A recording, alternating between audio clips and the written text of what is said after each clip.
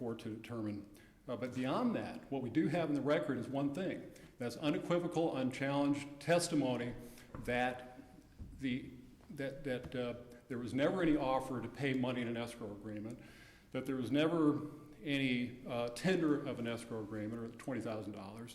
In fact, the plaintiff representative had requested money at some point in time from an escrow agreement that was placed pending an appeal of an earlier supplemental final judgment, and that request for funds from the escrow agreement was denied. And so this is a problem, Your Honors, because in the lower court, that was a flag they're carrying. Well, gee, this was $12,000 judgment. Your Honor, this could have been paid out of the escrow account, and look at this. And that's simply not accurate. And I submit that it's misleading to the court to make that kind of argument, because the evidence is unequivocal in the record, just to the opposite, that there was no proposal. The other thing that's not clear from the appellate brief in this case, the appellee's brief, is the fact that the escrow agreement was not just for HVAC repair, which was an undetermined nature until about a 5-day hearing as to what expenses were properly associated with the proper maintenance and repair of the HVAC.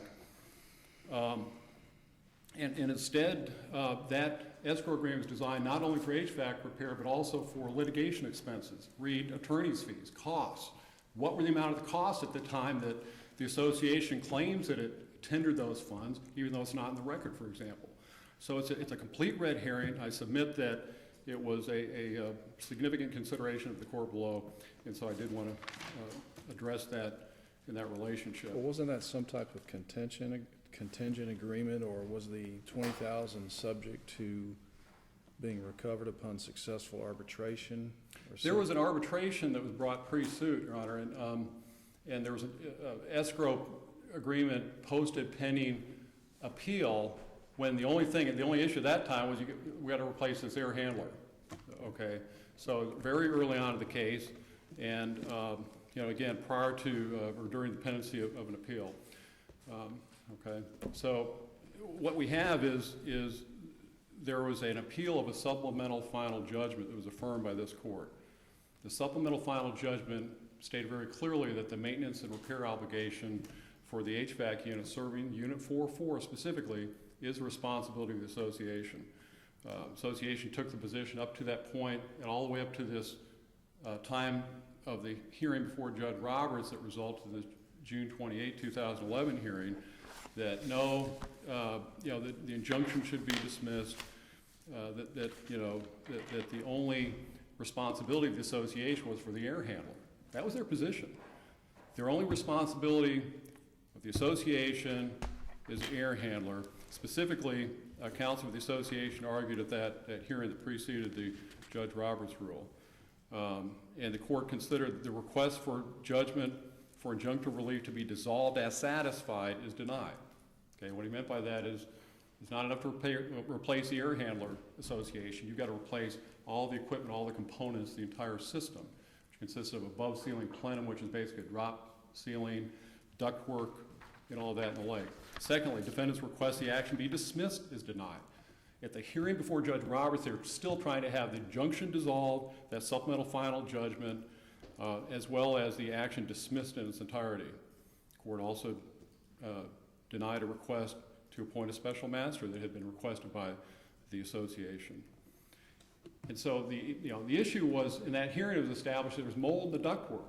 Notice had been provided back in March of 2010. After they replaced the air handler, my client recommended that he have it checked for mold because there was something blowing out of the cobwebs blowing out of the vents, and he did. So in March, we asked the association to resolve this, take care of this. They didn't respond. In May, there was an amended motion for enforcement and contempt.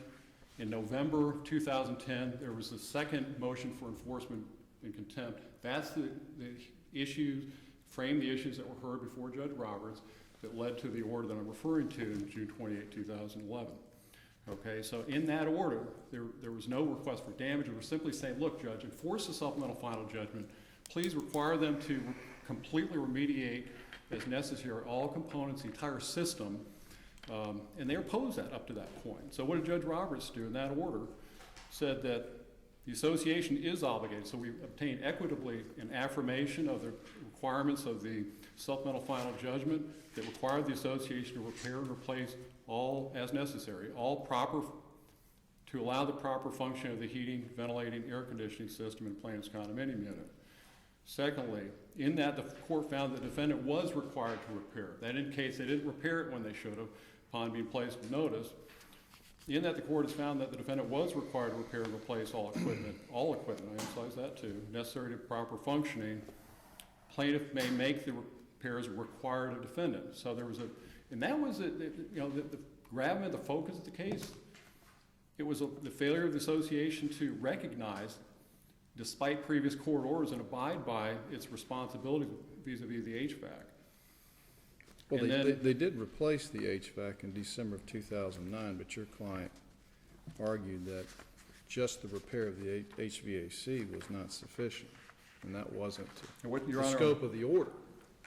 So they did repair the HVAC system in December 2009. They replaced the air handler, which is all I think anyone really thought about at the time. That was the only thing at issue in December of 2009 was we knew that, there was problems with the efficiency, and it wasn't dehumidified properly, so that was repaired.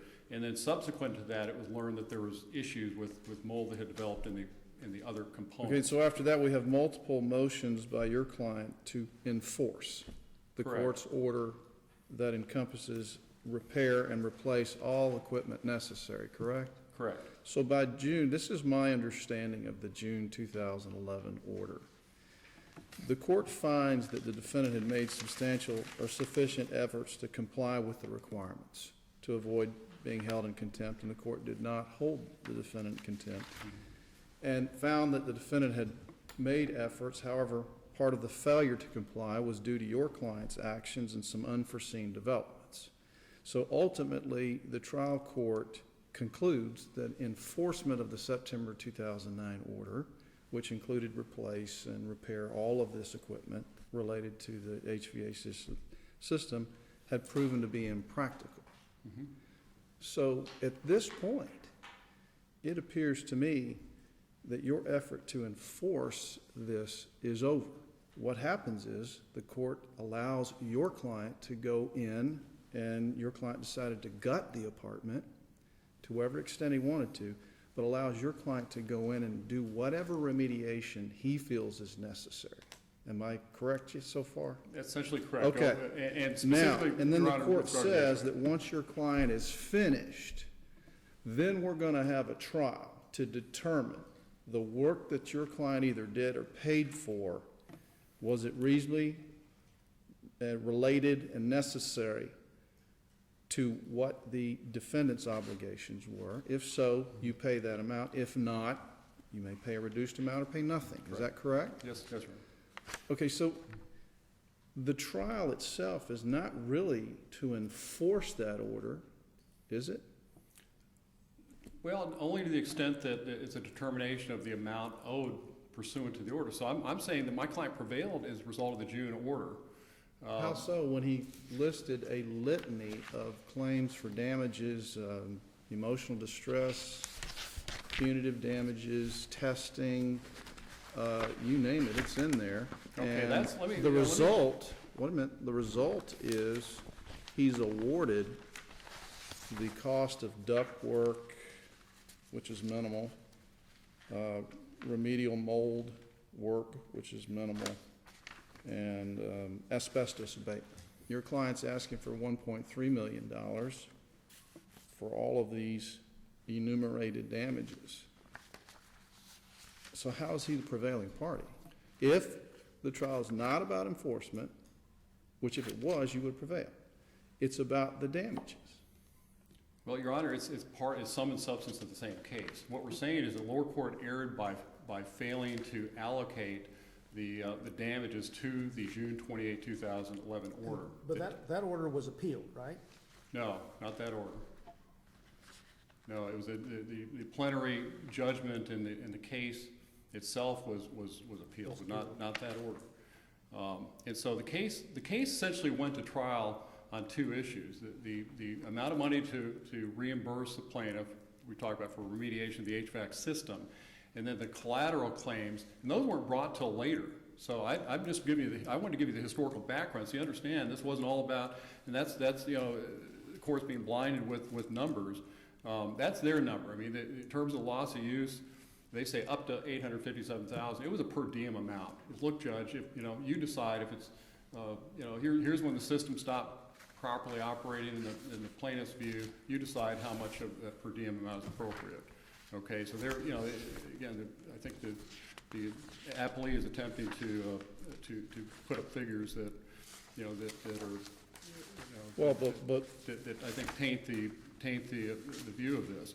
following the trial, the court did render a judgment in your favor for Right. $12,000. You're on that, exactly. And that's you what- did appeal that finding, Yes. and those findings also, That's the one. specific findings were that you couldn't relate any of this work to a particular breach, an identifiable breach by the defendant.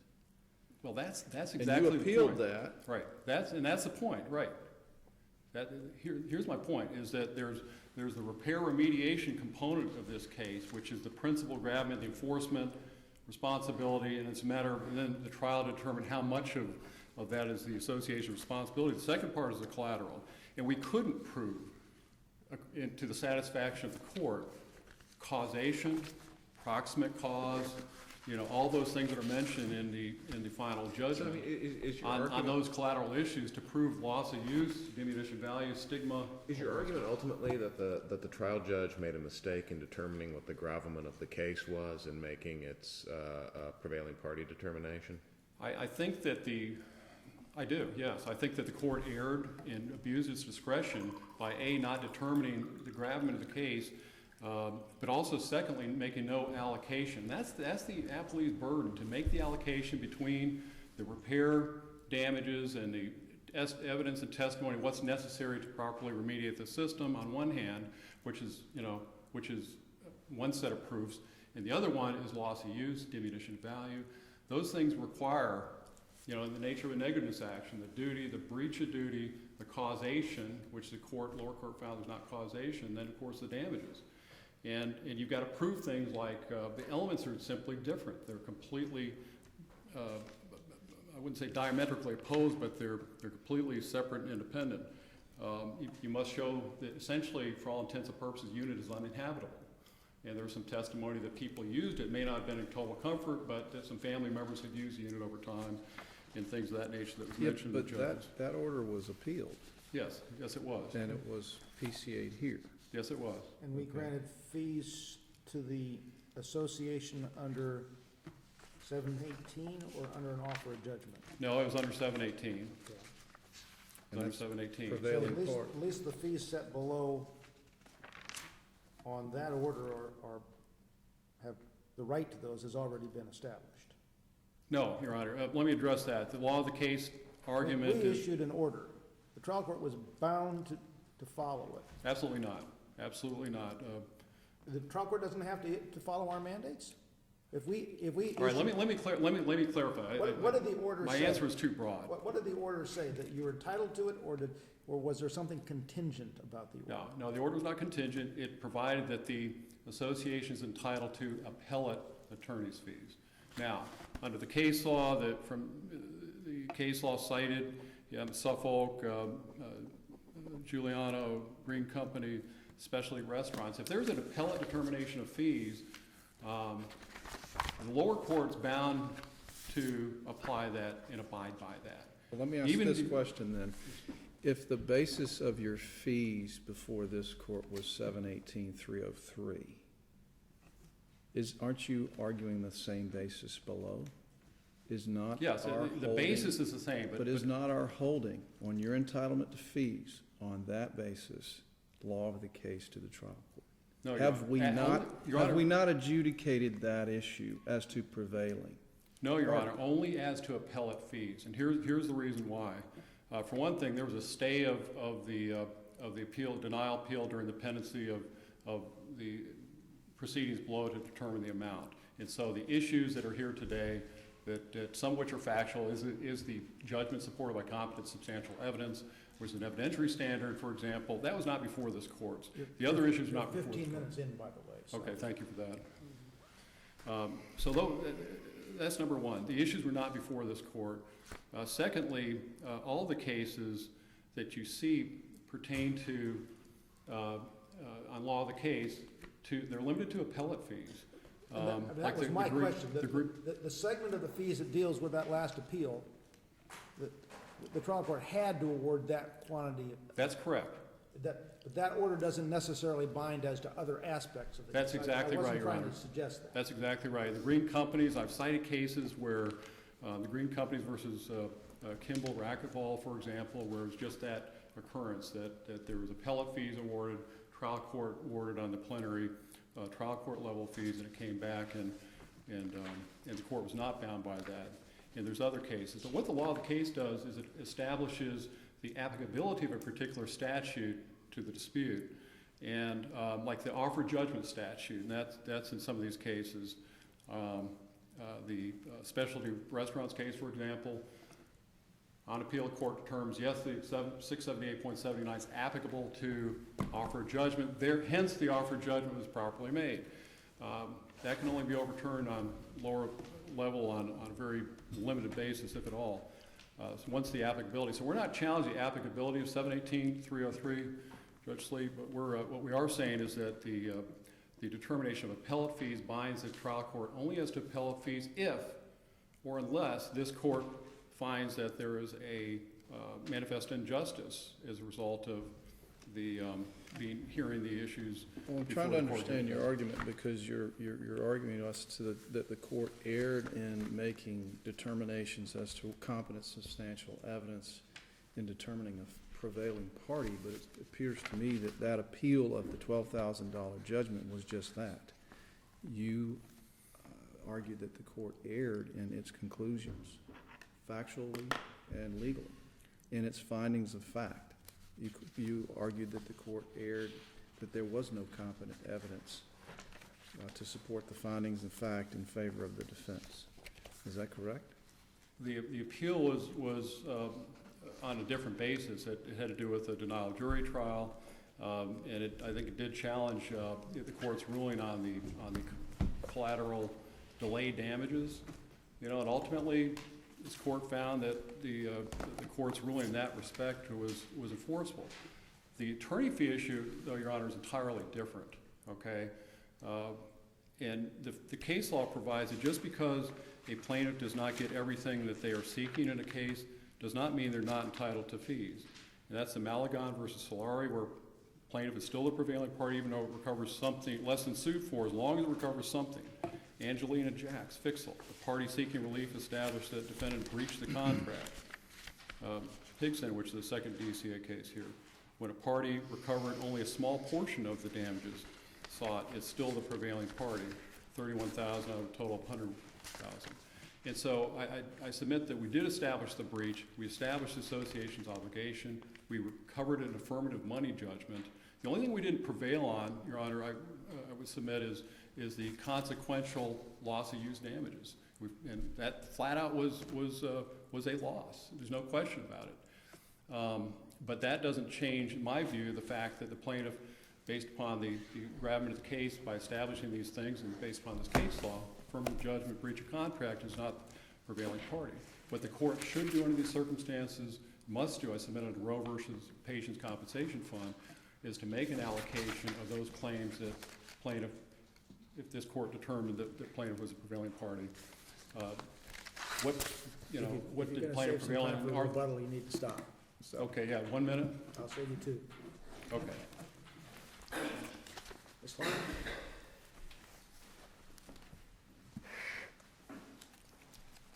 Good afternoon, Hinda Klein on behalf of the Beach Terrace Association. On the first issue, the plaintiff's entitlement to costs under 57.041. I certainly agree with the court that on this record, there is in fact a $12,000 judgment, and that there weren't any set-offs or things like in the other cases rendering the judgment properly in favor of the defense. Nevertheless, we believe that it is appropriate for the court to have taken into account the existence of the escrow agreement, the $20,000, which was put up after the 2009 order, which was affirmed by this court. Let me ask this. Paragraph 2 of the escrow agreement provides that this agreement shall not have any impact on the pending appeal or any attorney's fees awarded therein, or on any other pending or contemplated litigation except as otherwise stated herein. I mean, doesn't the escrow agreement by its terms not affect whatever your friend's entitlement to costs might be by carving itself out from not having an effect on other proceedings? Actually, no, because it does say contemplated. And this agreement was signed in 2009. It was not until 2011 that the opposing party moved for supplemental relief and contended for the very first time that there were these consequential damages arising from the mold. Bottom line seems to me to be that you didn't raise this $20,000 in a way that got you a zero judgment. There's a $12,500 judgment here, and we pretty well are sticking with the black and white rule that if it's $1 or more, that he gets costs, right, under the existing law? I understand, yes, So and that's our a problem, I think. primary argument on appeal, Judge, and I certainly concede that the black letter law in this district, as in every other district, is that the party recovering judgment equals the party recovering judgment. But so for that reason, our primary argument on appeal was that if effectively the plaintiff waived this by not raising this court's decision in Wolf until after the trial court had denied rehearing on the order entitling Beach Terrace to costs and denying the plaintiffs their motion to tax costs. So it's really a purely technical argument. The law is the law. But we contend that once the court denied rehearing of the denial of the motion to tax costs, and as the court notes, by the time we went to a hearing on amount and the reconsideration of the rehearing, opposing counsel had already appealed that denial of the motion to tax costs to this court. Did both parties go to some rehearing on these issues after our case was out? After the... After what, I'm losing track. After the, yes, yes, we did, which is why we got appellate fees along with the trial court's fees. I And- guess my question would be, didn't both parties have an obligation to tell the trial court about the new controlling law from the second district? No question about it. We, absolutely, and as the record shows, Wolf came out after we moved to tax costs, but before the hearing on the motion, and certainly Yeah. I would agree that all It's counsel had the Probably ships obligation. passing in the dark by everybody's. Yeah, Wolf was Yeah, out. I agree, but what my argument essentially is, that regardless of, our mutual error, it is the appellant's burden to show that they presented the argument to the trial court. At the time of the trial court's consideration of this issue, the trial court was under the misimpression that it was bound by this court's Spring Lake decision. Which we've receded from now, Which so you we now have to follow Wolf. Correct. But at the You time- now have to, that's At the time absolutely, the arguments were made, the trial court did in fact have to follow Spring. It's just that by the time the judgment's entered, things have changed. I agree, but that was the law at the time that the court could have considered the Wolf case, and the change in the law was never made by the party who is here today as the appellant. Okay. That's essentially my argument. On the fee things, a couple things I just need to clarify for myself. When our award order went down, was there a separate award made for appellate attorney's fees? I don't believe, I'm not actually sure that they were divided up. They're just sort of intermingled. They were sort of intermingled because our firm, Conway Simberg, was both trial and appellate counsel. And I guess 'Cause- no one really Because thought. normally that one ends up in a separate judgment, and that judgment is not reviewed by direct appeal, but by Right, by review. motion. And that, so it just, they're all clumped together and. I agree, All right. yes. But as we set out, it is this court's law of the case that for purposes of 718-303, which does not require that the prevailing party have obtained judgment in its favor, as does 57104.1. What is the test for prevailing for 718? It just basically says prevailing Prevailing, 'cause party, and then the winning on substantial issue stuff goes back to, Moritz. which is a more specific area of the law, right? Correct, yes. And so, does that apply for a 718 or only for, that was a lien, wasn't it? Wasn't that a construction lien case? Moritz, yes. But it has been, I believe it has been applied in the Padow case. Yeah, it's been applied in a couple of other contexts, and I guess my question is, Yes. has anybody applied it in a condominium Yes. context? The Padow Padow, case, okay. 839 Southern Second, All right. 744. There's certainly under the circumstances, given that the plaintiff in this case recovered less than 1% of the total damages sought, it cannot be said that the trial court abused its discretion. So even assuming, for the sake of argument only, that this court is not bound by the law of the case, or the trial court was not bound by the law of the case, and I believe it clearly was, even assuming that to be the case, there has been shown no abuse of discretion here. It can't be said that under the Canacaris decision that no reasonable judge would have reached the same conclusion. This was a 6-day trial on damages, and they recovered literally none of the damages they sought other than the actual replacement of the remainder of the air condition. And I did want to point out something else that is it maybe clear from the briefs in this case, but as the court is aware, and as we pointed out in our statement of the facts, this is the fourth appeal in this case. The 2009 order that determined that the DiPaolos were correct in their reading of the condominium law and the impropriety of the association's passage of an amendment to its documents was appealed and affirmed by this court, and the DiPaolos obtained prevailing party attorneys. They got fees for that part. They got fees for that part. This award is for the trial that resulted in the $12,500 judgment. Correct. Only, right? And it's clearly not one in the same case. It's not one big case. Otherwise, there wouldn't be two final judgments. This isn't essentially, even though it's just called a motion for supplemental relief, it is essentially a separate and independent claim that hadn't even arisen in 2009 when the DiPaolos were determined to be correct in their reading of the condominium law and to be the prevailing party. And at that point in time, not only did this court award appellate attorneys fees, but the trial court awarded fees as well.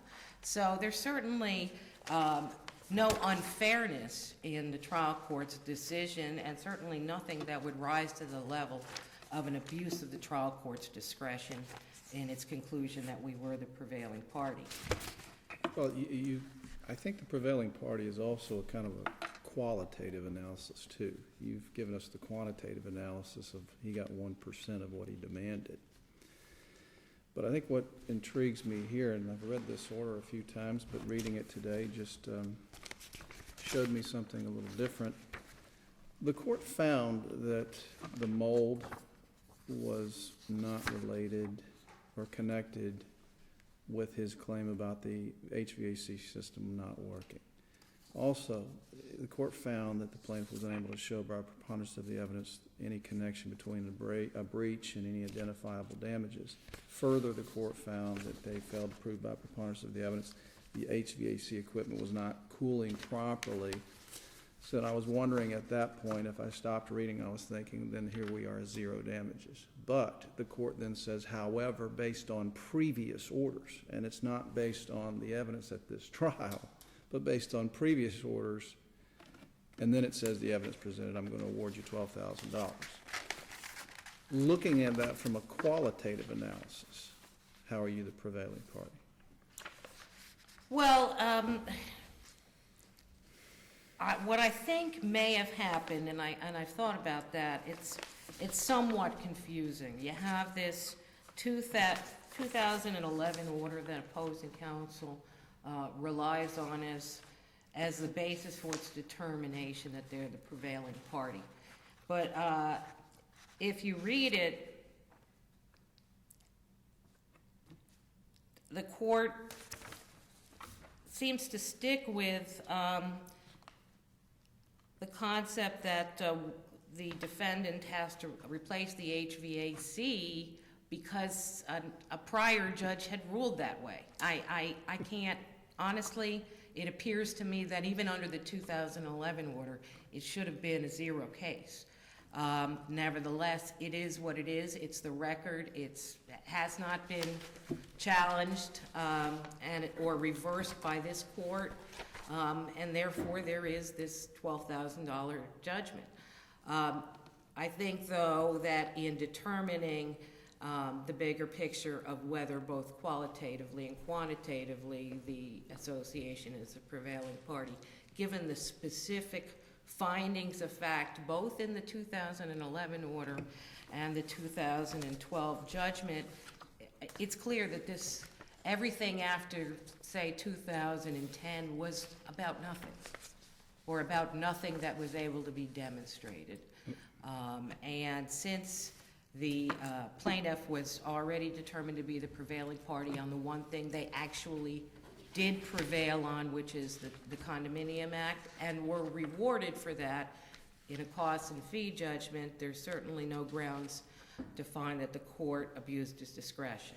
Was there effort below after the $12,000 judgment to try to have the trial court separate out, a theory upon which they won and a theory upon which you won, and then award fees to each side on the extent to which they prevailed? I know that some of the case law permits that. Some of the case law permits it, but no, there was not any attempt to do that in this case. Nobody argued that that's what should be done in this case. I disagree with that under the circumstances, because really what they won was in 2009, and they've already been compensated for that.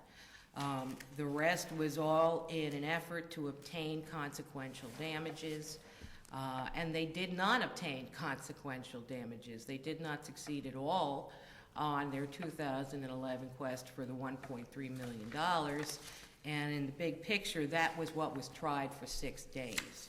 I think that the Lubke case, those cases are distinguishable, where there is basically one essential wrong and each party sort of partially prevailed. That's not really what this case is about. This is not a multi-count complaint. This all stemmed from what the plaintiff claimed was the association's wrong.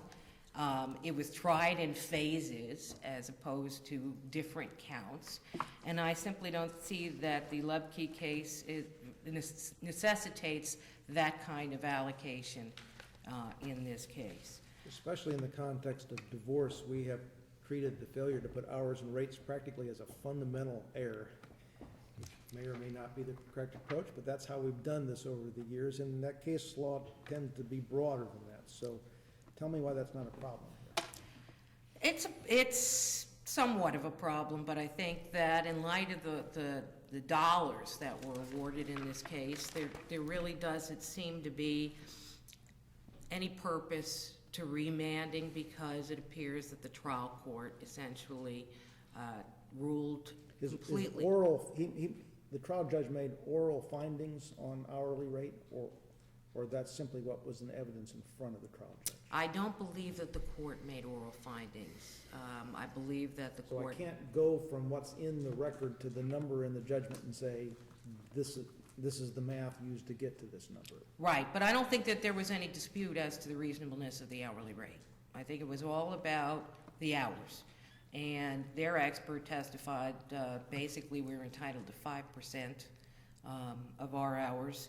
Our expert actually did reduce our hours somewhat, finding that between because we were trial and appellate counsel, maybe there was a little bit of overlap in there. And it appears from the record, as far as I can tell, that the trial court essentially followed everything that our expert had testified to. And therefore, I think that remanding it for specific findings as to the reasonable number of hours would be sort of pointless. I think it would be different if there was a real dispute on the hourly rate, or a real dispute as to the application of a multiplier, or something that you really couldn't figure out from the amount awarded how the court got there. But Is there a motion for rehearing in this case, asking for the court to determine rate and hours? no, Okay. no, there was not. I understand that the billable hours were admitted into evidence. Yes, So are you saying that we could look at that record and we could yes, make an easy determination to what the courts finally calculated as the reasonable fees? yes. I got a second question. The court, on the order as to entitlement of costs and attorney's fees, made reference to contempt hearings in April of 2011, and I could not figure out why until I read the record from the transcript on the hearing for fees. And it was clear, and you can correct me if I'm wrong, but the timeline for fees appears to start late in 2011. I don't think that there were any testimony about fees for an April hearing for contempt. Am I correct? 'Cause I didn't see believe it. so. So I'm The not court's- 100% The sure. court's reference to whether or not they prevailed at a contempt hearing in April, that does not mean the court awarded those fees. That's correct. Okay. Nor did the court award fees, of course, for the 2009 action. Okay. If the court has no further question, I'll rest on my brief. Thank you. Mr. Hanson, a couple minutes here. Okay. Fine, thank you. Just a couple of responses. First of all, burden of allocation was sort of sidestepped by counsel when the court directed that inquiry. The allocation, I think, is required in this case.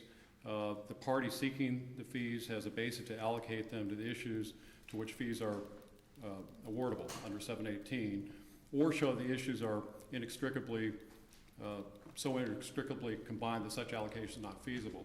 Here, for reasons mentioned, totally separate, distinct elements of proof for a negligence-type consequential loss claim. I mean, from the all the way down. I don't have time to repeat it. Paddow, I've cited that too. I think both parties, Your Honor, for the proposition that the same standard for attorney's fees, prevailing attorney's fees applies under 718-3031. That being whether the party succeeded in any significant issue in litigation which achieved some of the benefit of the parties in bringing suit.